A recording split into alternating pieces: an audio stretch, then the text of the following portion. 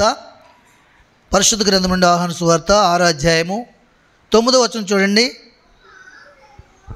ఇక్కడ ఉన్న ఒక చిన్నవాని యొద్ద 5 యవల రొట్టెలు 2 చిన్న చేపలు ఉన్నవి, కానీ ఇంతమందికి ఇవి ఏమాత్రమని ఆయనతో అనగా.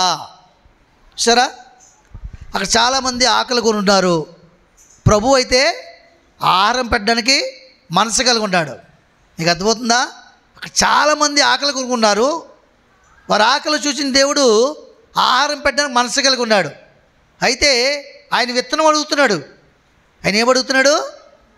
పంట ఆయన పండిస్తాడు, విత్తనము అడుగుతున్నాడు. ఆయన మీ వద్ద ఎవరి వద్ద అయినా ఆహారం ఏమైనా ఉందా అంటే వెతుకు చూస్తే ఒక చిన్నవాని దగ్గర 5 రొట్టెలు 2 చేపలు ఉన్నాయట. ఎన్ని ఉన్నాయి? 5 రొట్టెలు 2 చేపలు. చూశాడు. చూసినవాడు ఏదైనా కొంచెం ఉంటే తీసుకురమ్మన్నాడు కదా ప్రభు అని గ్రహించలేదు. గ్రహించకుండా ఈ లోక సంబంధమైన తన సొంత ఆలోచనతో ఆలోచన చేసి ఈ 5 రొట్టెలు ఈ 2 చేపలు, ఇన్ని వేల మంది ఉన్నారు ఇక్కడ, వీళ్ళకి ఏం సరిపోతాయి, ఇవి చాలవు కదా అని చిన్నగా ఏం చేస్తున్నాడు? దేవుడు చెప్పిన ఆలోచనని కించపరుస్తూ తక్కువ చేసుకుంటున్నాడు. దేవుని స్తోత్రం, హల్లెలూయా. తన సొంత ఆలోచనతో మాట్లాడుతున్నాడు. ఏమని?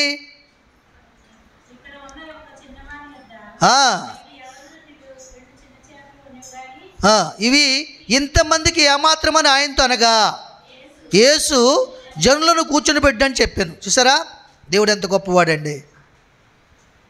ఆయనకు ఆన్సర్ వచ్చేసింది, విత్తనం దొరికిపోయింది. అవునా? కాబట్టి ఏమన్నాడు ఆయన? జనులను వరుసగా కూర్చోబెట్టండి, నేను సిద్ధపరుస్తానన్నాడు. అవునా కదా? ఆ చిన్న 5 రొట్టెలు 2 చేపలు ఆయన ఏం చేశాడు? కూర్చోబెట్టమని తర్వాత చెప్పండి. అక్కడ యేసు జనులను కూర్చొని పెట్టని చెప్పాను. ఆ చోట చాలా పచ్చిక ఉండేది కనుక లెక్కకు ఇంచుమించు 5,000 మంది పురుషులు కూర్చుండిరి. యేసు ఆ రొట్టెలు పట్టుకుని కృతజ్ఞతలు చెల్లించి కూర్చుని వారికి వడ్డించును. అలాగున చేపలు కూడా వారికి ఇష్టమైనంత మట్టుకు వడ్డించును. వారు తృప్తిగా తినిన తర్వాత ఏమియు నష్టపడకుండా మిగిలిన ముక్కలు పోగు చేయడని తన శిష్యులతో చెప్పాను. కాబట్టి వారు భుజించిన తర్వాత వారి యొద్ద మిగిలిన 5 యవల రొట్టెల ముక్కలు పోగు చేసి 12 గంపలు నింపిరి. దేవునికి మహిమ కలుగును గాక. హల్లెలూయా. చూసారా? మీ దగ్గర ఏమైనా ఉన్నాయా అని అడిగాడు ప్రభు. ఒక చిన్నవాని దగ్గర 5 రొట్టెలు 2 చేపలు ఉన్నాయి. అవి చూశాడు. చూసి ఈ 5 రొట్టెలు 2 చేపలు ఎంతమందికి సరిపోతే? ఇక్కడ చూస్తే 1000 మంది ఉన్నారే, ఇవి చాలవు కదా అంటున్నాడు. అప్పుడు యేసుప్రభు ఏమన్నాడు? జనులను ఎంతమంది ఉన్నా సరే కూర్చొని పెట్టి భోజనానికి నేను సిద్ధపరుస్తున్నాడు. ఆ రొట్టెలను చేపలని ఎత్తి పట్టుకుని కృతజ్ఞతతో చెల్లించి తండ్రి అయిన దేవుని నామములో ప్రార్థన చేసి వారందరికీ వడ్డించగా వాళ్ళు తృప్తిగా భుజించారట. దేవునికి మహిమ కలుగును గాక. హల్లెలూయా. వాళ్ళు తృప్తిగా భుజించారటండి. భుజించిన తర్వాత శిష్యులందరూ కూడా ఆ యొక్క మిగిలినటువంటి ఆ రొట్టె ముక్కల్ని చేపలను కూడా ఎత్తినప్పుడు 12 గంపలు అయ్యాట, మిగిలాయట. చెప్పలు కొడతాం ఒకసారి. హల్లెలూయా, హల్లెలూయా. కాబట్టి నువ్వు దేవుని సన్నిధానంలో నిజానికి లోక సంబంధంగా చూసుకున్నట్లయితే ఆ ఇచ్చే వ్యక్తికి, చూసిన వ్యక్తికి, చెప్పే వ్యక్తికి అసాధ్యమే, కానీ వాటిని ఆ మనుషులకు ఆహారంగా పెట్టాలనుకున్న దేవునికి మాత్రం అసాధ్యము కాదు. అవునక చెప్పండి. అందుకని వాటిని ఆశీర్వదించాడు దేవుడు. వాటిని రెట్టింపు చేసి వారందరినీ తృప్తిపరిచాడు దేవుడు. కాబట్టి దేవుని సందులను మీరు నేర్చుకోవాల్సింది ఏంటంటే ప్రియులారా, మీకున్నది కొద్దిదే కదా, ఇది దేవుని మందిరానికి ఎంత ఉపయోగపడుతుంది? ఈ 100 రూపాయలు ఇస్తే తీరిపోద్దా? ఈ 1000 ఇస్తే మందిరం కట్టబడుతుందా? ఈ 500 ఇస్తే ఈ కార్యము జరుగుతుందా అని ఎప్పుడు ఆలోచన చేయొద్దు. మీకున్న దాన్ని దేవుని చూపిస్తే దాన్ని దేవుడు 1000 మందికి సరిపోయినట్టుగా చేస్తాడు. నీ చేతులను ఆశీర్వదిస్తాడు దేవుడు. ఈ సత్యాన్ని మనం తెలుసుకోవాలి. ఎందుకంటే మనకున్నదాన్ని మనం రెట్టింపు చేసుకోగలేము, కానీ మనకున్నదాన్ని రెట్టింపు చేయగల దేవుణ్ణి మనం కలిగి ఉన్నాం. చెప్పలు కొడదాం. ఆయన చేయగల సమర్థుడు.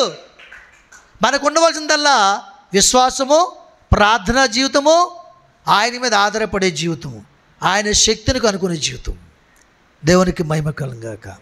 నిజానికి లోక సంబంధం చూసుకున్నట్లయితే 5 రొట్టెలు 2 చేపలు ఎవరికి చాలవు. కానీ దేవుని ఆలోచనతో అవి మార్చబడినప్పుడు 1000 మందికి సరిపోయి ఇంకనూ 12 గంపలు మిగిలాయి. అంటే 12 గంపలు ఎందుకు మిగిలాయి చెప్పండి? 11 మిగలవచ్చు కదా. ఏమండి, వింటున్నారు నా మాట? అమ్మా, 12 గంపలు ఎందుకు మిగిలాయి?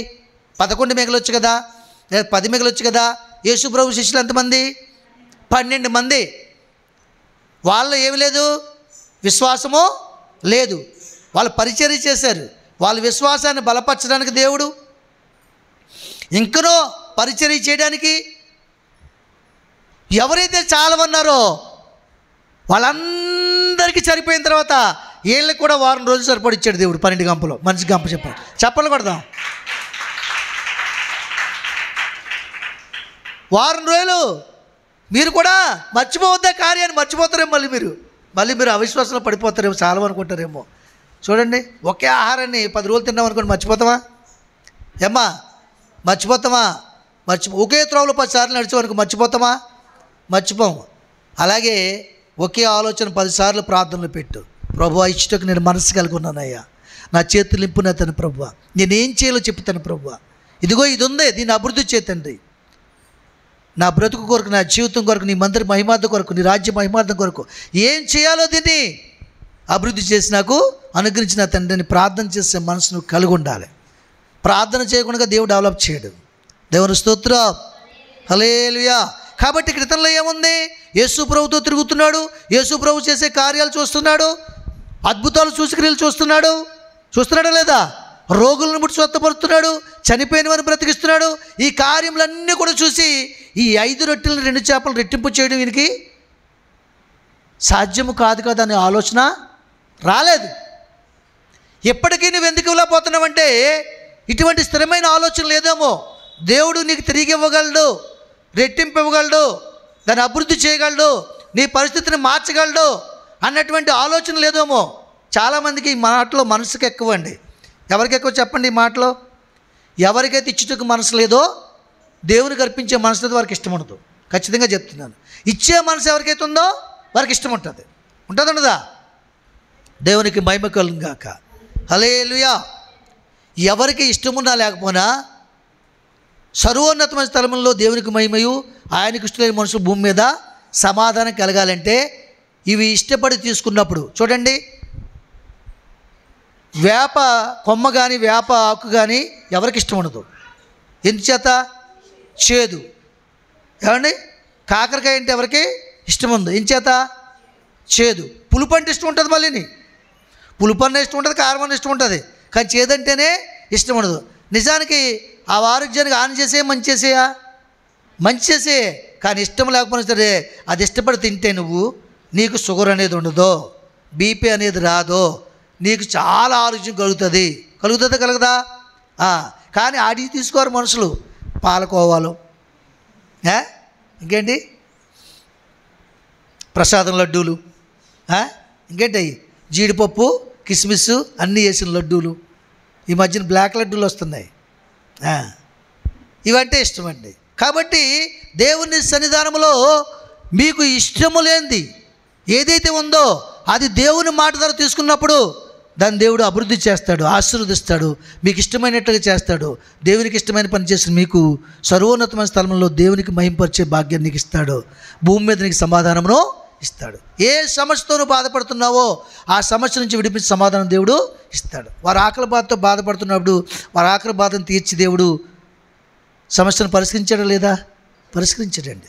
వాళ్ళ అనుమానంతో ఉన్నప్పుడు సరిపోవన్నప్పుడు శిష్యులు వాళ్ళకి అనుమానం తీర్చడానికి అభివృద్ధి చేసి ఆశీర్వదించి ఇంకనో వారం రోజులు సరిపడా ఒక్కొక్కరు గంప మిగిలినట్టుగా ఎత్తు పట్టుకున్నారు లేదా?